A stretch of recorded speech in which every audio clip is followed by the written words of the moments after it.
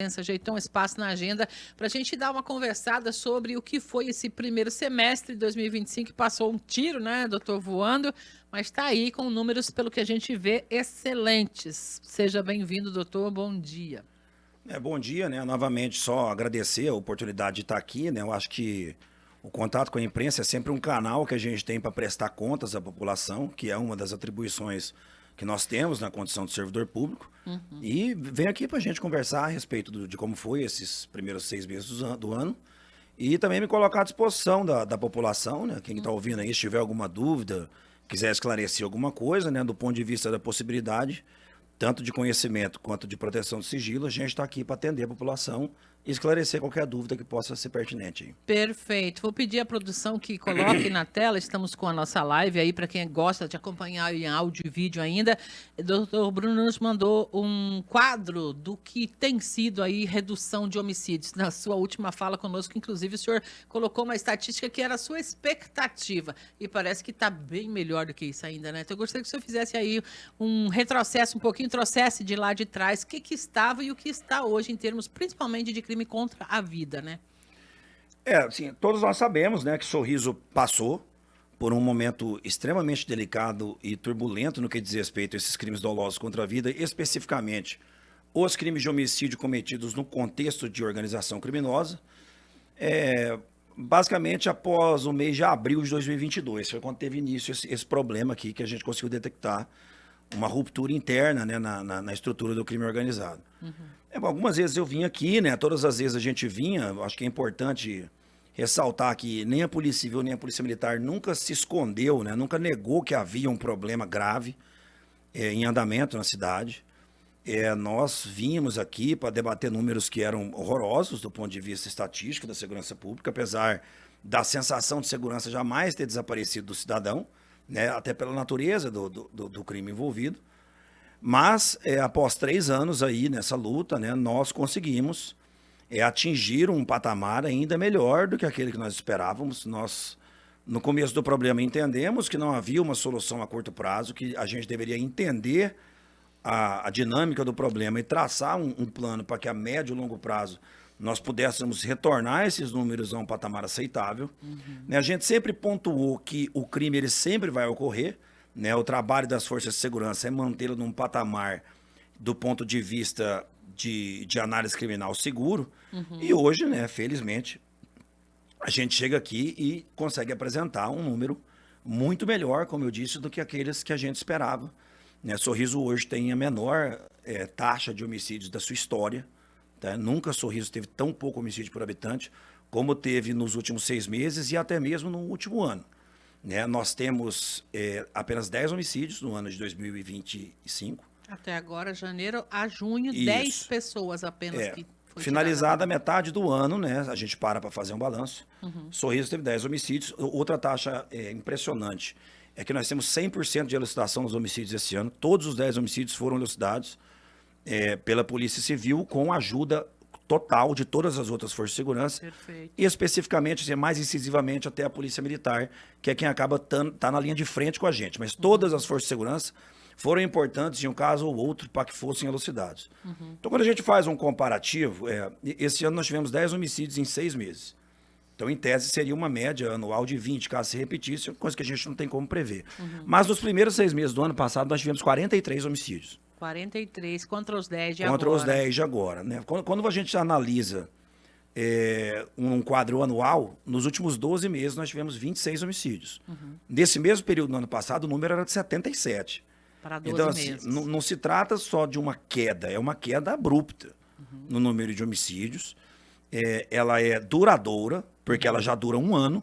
Né? Assim, a gente tentava nunca se precipitar a se manifestar, né? Como se o problema tivesse resolvido, que poderia no mês seguinte morrer 10 pessoas, como já aconteceu aqui, mês com 14 homicídios.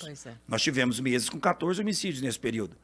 Então, mas hoje, quando você faz uma análise de um ano, aí eu entendo que já é seguro você, sempre lembrando que esse quadro pode mudar, nós não sabemos o que pode acontecer no futuro, mas uma análise anual é uma análise já sensata e já estável de que Sorriso realmente presenciou uma queda do número de homicídios e uma permanência nessa nova realidade. basicamente 3 anos de luta ou mais contra nessa situação aí de guerra de facções, né, doutor Bruno?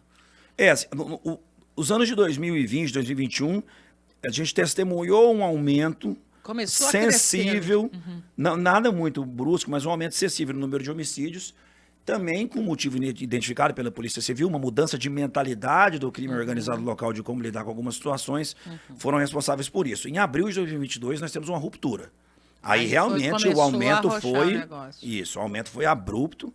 E de abril de 2022 até junho de 2024, eu entendo que foi o ápice dessa violência, né? Em junho de 2024, a gente começa a presenciar uma queda dos homicídios e por volta de novembro a dezembro de 2024, quando, junto com o trabalho da Polícia Civil, da Polícia Militar e das Forças de Segurança de Sorriso, vem um trabalho a nível estadual de tolerância zero, principalmente com a comunicação interna dos presídios, e essa queda passa a ser abrupta, e a gente começa a colher esses resultados aí desse trabalho de médio e longo prazo, né? Com uma taxa de homicídios que ela é mínima, irrisória.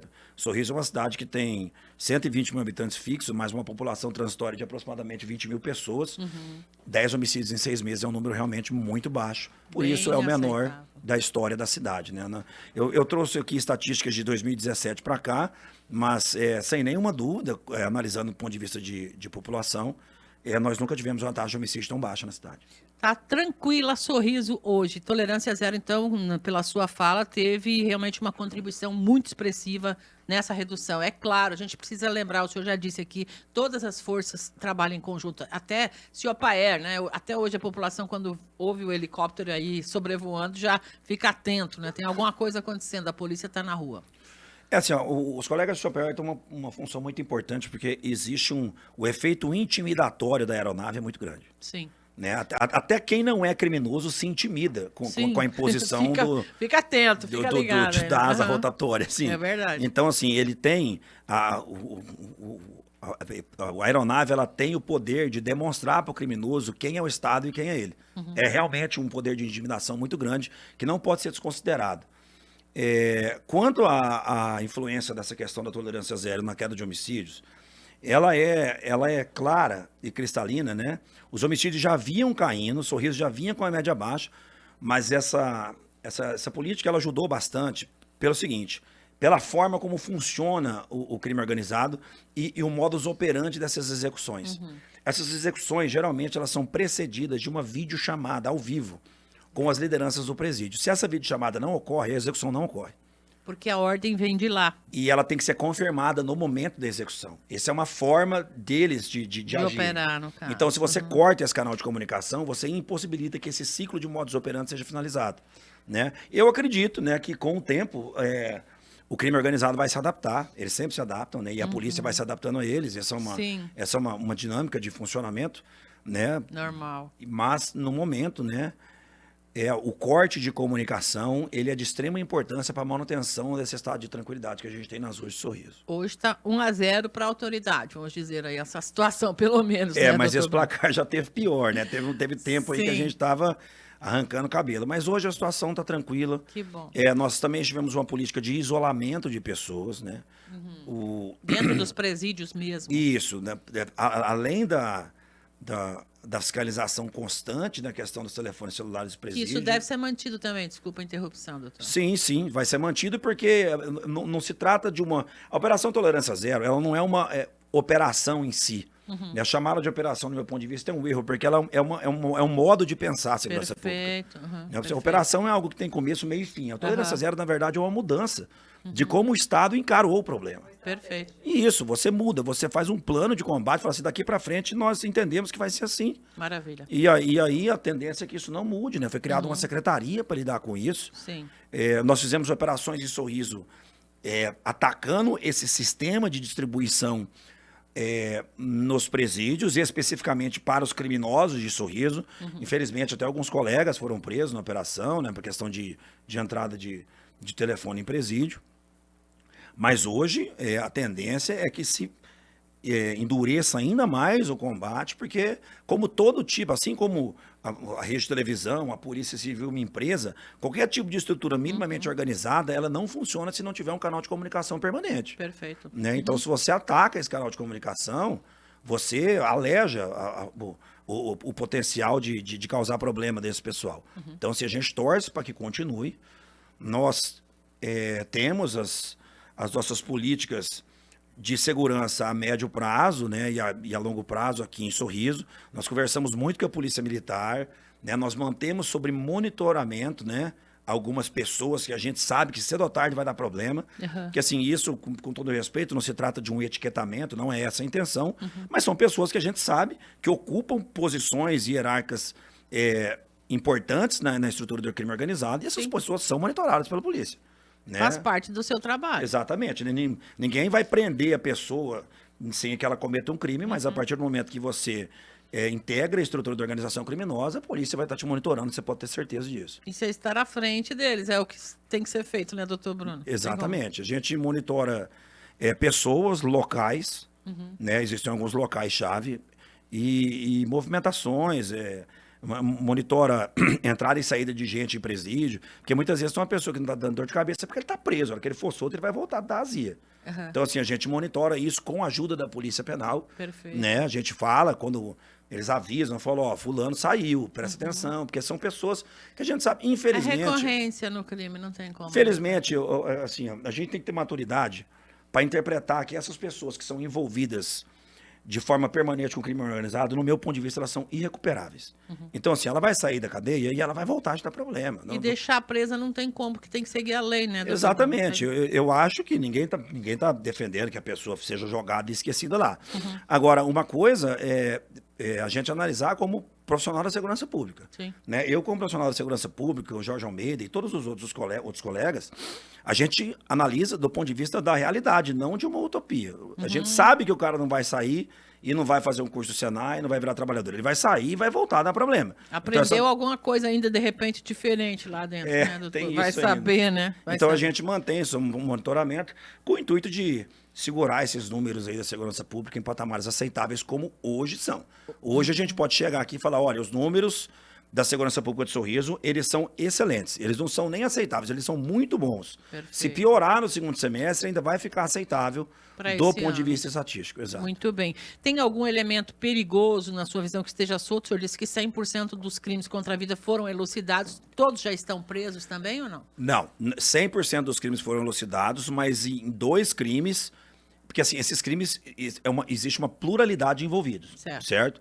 Em 2 deles, nós temos indivíduos foragidos. Então, o crime foi elucidado, nós prendemos parte dos criminosos, temos o mandado de prisão do indivíduo, mas a gente acredita que não esteja em Sorriso. Uma hora dessa cai por aí, né? Isso, porque, assim, é muito difícil.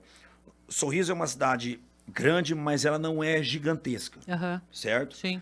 E assim, nós desenvolvemos aqui uma rede de trabalho integrada entre todas as forças, que é realmente muito difícil um foragido de Sorriso manter-se em Sorriso sem ser descoberto, né? Porque a gente se comunica, a gente troca essas informações. Então, assim, a Polícia Militar está sempre abordando a turma.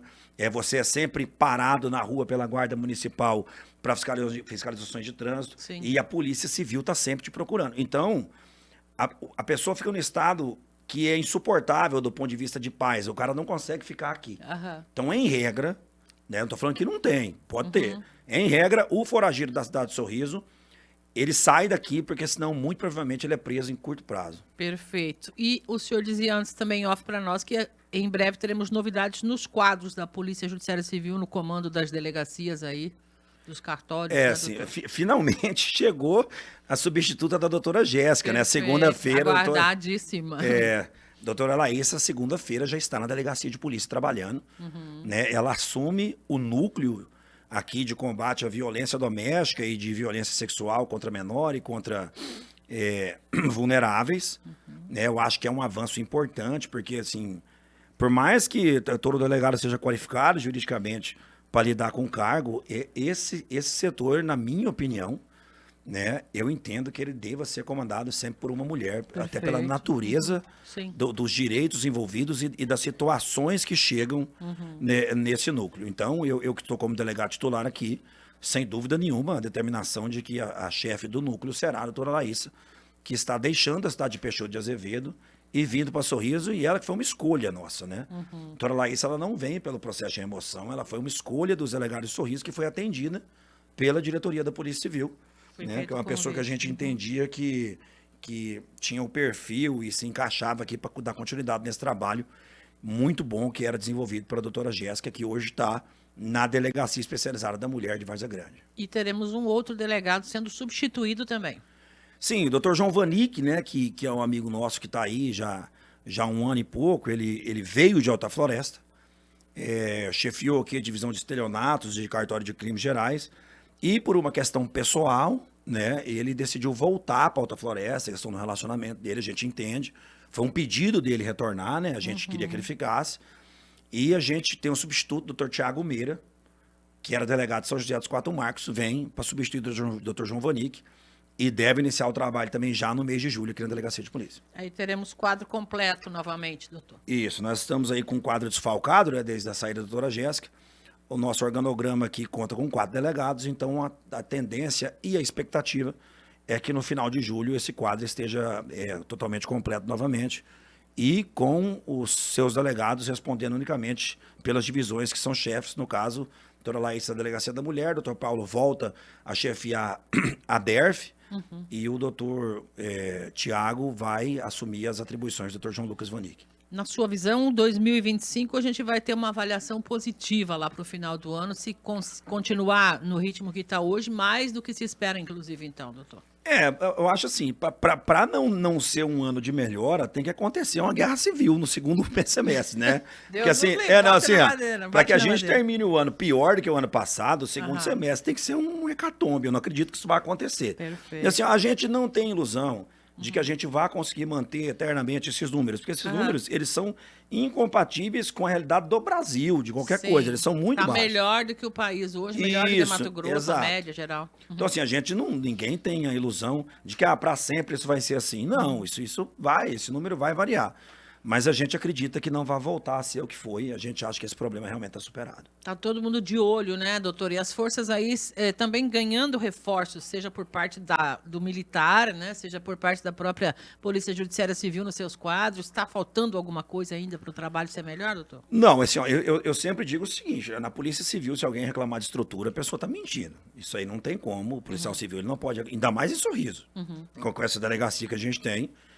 Então, assim, nós temos tudo. Do ponto de vista estrutural, nós temos absolutamente tudo. A gente tem um problema geral no Estado de efetivo. Né? Isso aí tem mesmo, o efetivo não é ideal, só que ele não é incapacitante. Perfeito. Né? A deficiência de efetivo que a gente tem não impede a gente de realizar um bom trabalho, e isso ficou provado na prática.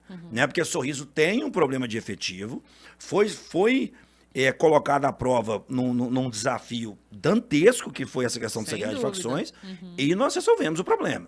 Então, assim, o efetivo não é ideal, mas ele não é incapacitante. Perfeito. Em contrapartida, a estrutura ela é muito maior do que até é necessária. Nós temos absolutamente tudo que a gente precisa.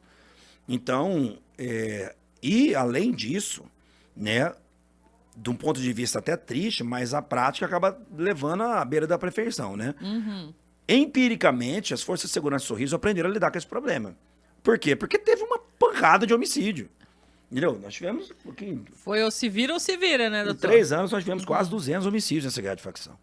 Então, assim, e todos esses 200 homicídios, nós estávamos lá. Estávamos no local do crime, eu, Jorge Almeida, os policiais militares, os policiais civis da divisão de homicídios.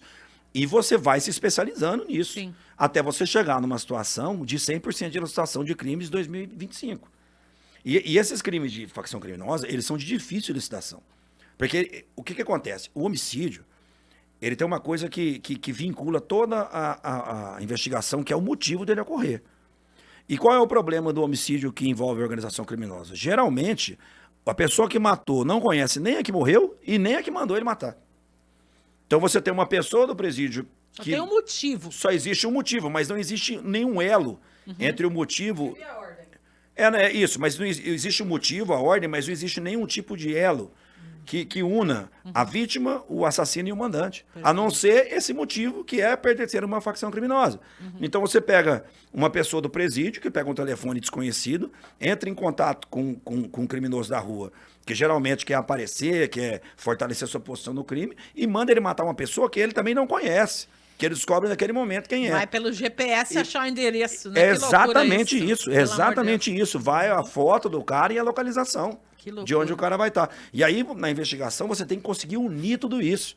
Você tem que conseguir vincular essa pessoa que morreu, a pessoa que ele não conhece que a matou, a pessoa que ele também não conhece que mandou matar lá de dentro de um presídio, fazer uma busca lá na cela dessa pessoa. São crimes complexos. Sim. Só que com a prática nós aprendemos a lidar com isso. Já dá para criar um manual, doutor, para distribuir para os brasileiros. Ramificação bem extensa, né? Sim. Quando ocorre um crime aqui, nós já temos até uma dinâmica de funcionamento. A Polícia Civil e a Militar vão para a rua para tentar fazer o flagrante. Passa por tudo, recolhimento de câmera, oitiva de testemunha. Existe já um padrão, não escrito, mas um padrão empírico de tanto a gente fazer. Perfeito. Nós aprendemos a fazer. E aquela comunicação permanente entre a Polícia Militar e a Polícia Civil, ao vivo, de troca de informação, porque quando você precisa do milagre, não interessa o santo, você só precisa do milagre. Isso então a gente passou por uma situação em Sorriso que não interessa quem prendesse, a pessoa tinha que ser presa. E a gente ficava com essa troca de informações, independente de quem pegasse, tinha que tirar o cara da rua. E a cadeia do homicídio, ela é doída. Ela não é igual a cadeia do tráfico, que dá uns 5 meses o cara tá aí perturbando, o cara fica preso. O homicídio, geralmente, o cara fica preso. Então, como você vai prendendo, realmente vai diminuindo as pessoas capazes de cometer esses crimes também. Né, com essa segregação permanente. Então, nesse ponto de vista, se você perguntar para o Jorge Almeida, ele vai te falar, quando morre alguém, a gente já liga um para o outro na hora, já a turma dele já sai fazendo um trem, a minha já sai fazendo outro, e no final das contas, quando vê, tá todo mundo preso. Né? E eu acho que isso que é importante. O importante é, no final, tá todo mundo preso. Né? Como a gente vai fazer isso, desde que seja dentro da lei, entregou o serviço é o que importa. Que é por isso que hoje a gente pode dizer só tivemos 10 homicídios no primeiro semestre desse ano, uma realidade que jamais se imaginaria no final do ano passado, por exemplo. Né, nunca imaginei. Não, como eu te disse, se você voltar no mesmo período do ano anterior, de dezembro, teve mês que teve 16 homicídios, outro mês teve 14. Num mês, e aí agora a gente teve final de semana que teve 6. Eu lembro que teve final de semana que teve 6 homicídios, de sexta até domingo à noite. E agora você tem 10 homicídios em 6 meses, tem que ser comemorado. Assim. Eu acho que a gente não pode se comportar como se o problema tivesse acabado. Ele não acabou, porque as facções criminosas continuam existindo. Não vai afrouxar, né? Não, porque assim, se o problema era homicídio de facção, enquanto existia uma facção criminosa, o problema existe, ele só está controlado. Né? Porque o motivo está ali. Então, mas a gente também não pode deixar de comemorar um sucesso desse. Eu acho que é uma vitória grande para a segurança pública, esses números que a gente tem para apresentar agora. E para Sorriso, né, doutor? Porque a gente sabe que fora do município, a gente era visto como uma cidade de alta criminalidade, né? Porque vai para os dados, né, estatísticas e tudo mais, sendo que o senhor bem disse no início da entrevista de que a gente tem a segurança no geral, mas por conta das brigas de facções, a gente acabava indo para um ranking que não era positivo, né? Duas coisas são importantes para pontuar nisso, que a gente sempre falou, mas assim, eu acho que a tragédia, ela vende muito bem, né? Então, assim, a pessoa não quer enxergar o que a gente falava. Tem duas coisas que a gente sempre falou.